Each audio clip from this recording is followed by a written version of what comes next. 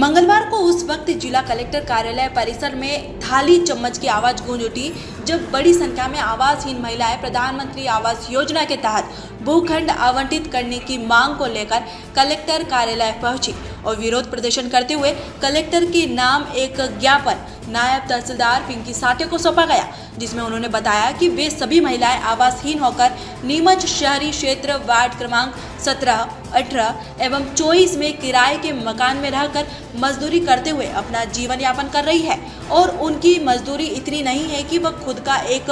मकान बना सके। ज्ञापन में बताया गया कि उपरोक्त महिलाओं द्वारा 1.5 से 2 वर्ष पूर्व खेत नंबर 2 तथा 10 में उन्होंने जमीन रोकी थी, परंतु प्रशासन द्वारा उन्हें यह कहते हुए वहां से हटा दिया गया कि हम तुम्हें आवास के लिए अन्य स्थान पर भूखंड आवंटित करेंगे। तब से लेकर आज तक वह आवास योजना हेतु भूखंड की मांग करते आ रहे हैं। या तो कि उपरोक्त महिलाओं द्वारा वर्तमान में चमड़ा कारखाने के समीप भी नगरपालिका की जमीन पर कब्जा कर उस पर वे आमरण अनशन सहित धरना देती आ रही है, परंतु उक्त स्थान पर अब तक ना कोई जनप्रतिनिधि और ना ही कोई प्रशासनिक अधिकारी महिलाओं की समस्या हल करने पहुंचा था, जिससे आहत होकर आज महिला कांग्रेस जिला अध्यक्ष आशा सांभर के नेतृत्व में महिला कलेक्टर कार्यालय पहुंची और थाली चम्मच बजाते हुए अपना विरोध प्रदर्शन किया। साथ ही भूखंड आवंटित करने की मांग की गई। 15 सभी वार्ड की महिला है, सभी समाज की महिला है,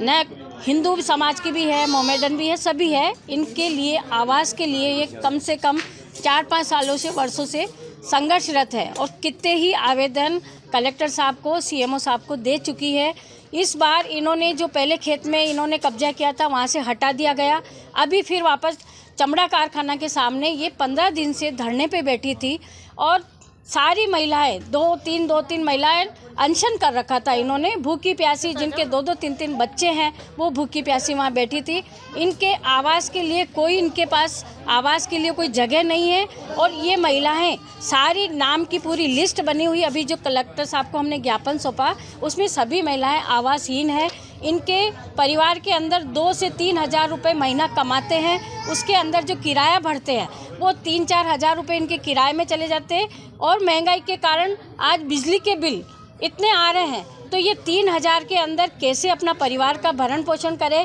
कैसे किराया दे और कैसे स्कूल में बच्चों को पढ़ाए और कैसे अपना गुजारा करे, क्योंकि गैस की टंकी 1000 रुपये में मिल रही है। आज बेचारी सभी चूल्हे पे रोटी बनाने को मजबूर है। तो इन महिलाओं के लिए, आवास के लिए हम कलेक्टर महोदय और सीएमओ साहब से निवेदन करते हैं कि जहाँ भी खाली जगह हो, चाहे भोलियावास हो, चाहे रावण रुंडी हो, चाहे कनावटी हो, जहाँ भी जगह खाली हो उनको उचित लगे वह इन महिलाओं की जो लिस्ट है उसमें सभी को आवास तुरंत दिया जाए। हम आपसे निवेदन करते हैं कि ये बहुत परेशान है और काफ़ी लोग इतना